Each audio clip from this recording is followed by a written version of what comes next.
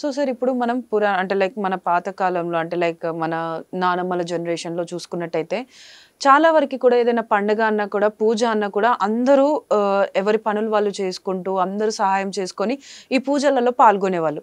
కానీ ఇప్పుడు చూస్తే ఒకే ఇంట్లో ఉంటున్నా కూడా ఈ పూజలు అనేవి పెద్దల నుంచి పిల్లలకి రావటం లేదు, నేర్పించడం లేదు. ఎందుకు సొసైటీ ఇలా అయిపోతుంది? దీనికి కారణము పెద్దలు అంటే పెద్దల దగ్గర మనం ఉండకపోవడం, లేకపోతే వృత్తులు వ్యాపారాల వల్ల ఒక నగరం విడిచి వేరే నగరానికి వెళ్ళిపోవడం వల్ల తాతలు మామలు అనేవాళ్ళు పిల్లలకి దూరం అవుతున్నారు. వాళ్ళు ఉన్నప్పుడు వాళ్ళని చూసుకోవడం, అందరినీ కలపడము ఇలాంటివన్నీ వేదికగా జరిగాయి. సో దీనికోసమే ఒక ఆచరణగా మనం అనుకోవచ్చు. అందరూ తలో దిక్కు వెళ్ళిపోయినా సరే కార్తీక వనభోజనాలు అని మన వాళ్ళు అందరినీ మళ్ళీ పిలుచుకొని ఏదైనా ఒక రోజు అందరూ కలిసి భోజనాలు చేస్తూ ఉంటారు. సో మళ్ళీ అందరూ సంఘటితం అవడానికి ఇది ఒక అవకాశం ఉన్నది. సో మనం కూడా వనభోజనాలు చేయడం నెలలో ఒకటి మంచిది.